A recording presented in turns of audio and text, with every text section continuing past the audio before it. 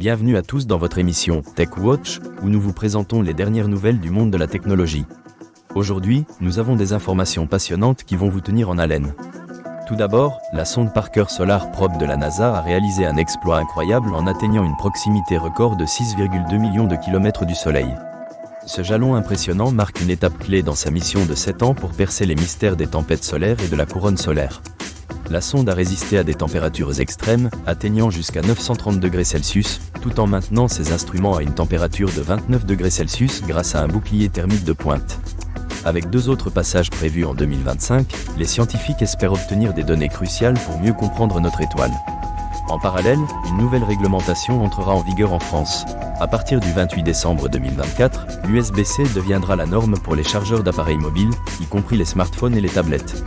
Cette initiative vise à réduire les déchets électroniques de 11 000 tonnes par an, constituant un pas important vers une technologie plus durable. Les appareils reconditionnés ne seront pas concernés par cette norme, et les smartphones déjà en circulation dans l'Union européenne pourront continuer à être vendus. Dans le domaine de l'intelligence artificielle, Elon Musk a annoncé une levée de fonds de 6 milliards de dollars pour sa société Xai. Cet investissement a pour but de renforcer ses infrastructures et de doubler la capacité de son supercalculateur Colossus. Leur version gratuite de l'intelligence artificielle, Grok 2, qui génère du texte et des images, est désormais accessible sur la plateforme X, anciennement connue sous le nom de Twitter, attirant l'attention des développeurs et des créateurs.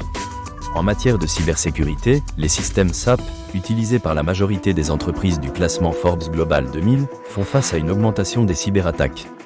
Des vulnérabilités identifiées peuvent atteindre jusqu'à 250 000 $ sur le marché noir, et les incidents de ransomware impliquant SAP ont augmenté de 400% depuis 2021.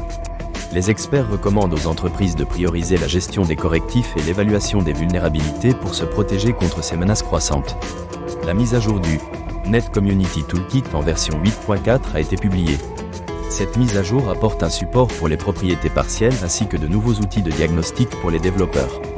Les améliorations incluent également l'optimisation des générateurs de sources MVVM, ce qui devrait permettre d'améliorer la qualité du code.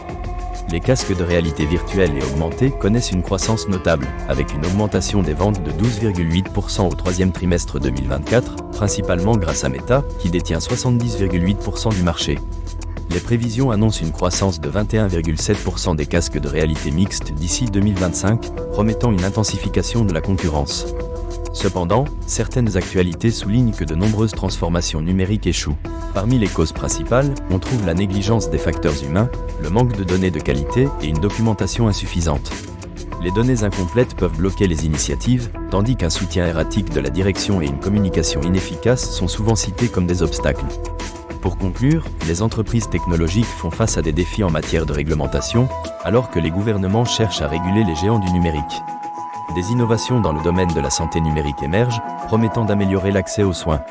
Enfin, les tendances en matière de télétravail et de collaboration à distance continuent d'évoluer, avec de nouveaux outils qui apparaissent pour faciliter la communication. Merci de nous avoir rejoints pour cette émission Tech Watch. Nous espérons que ces nouvelles vous ont passionné et informé. Restez à l'écoute pour plus d'actualités demain.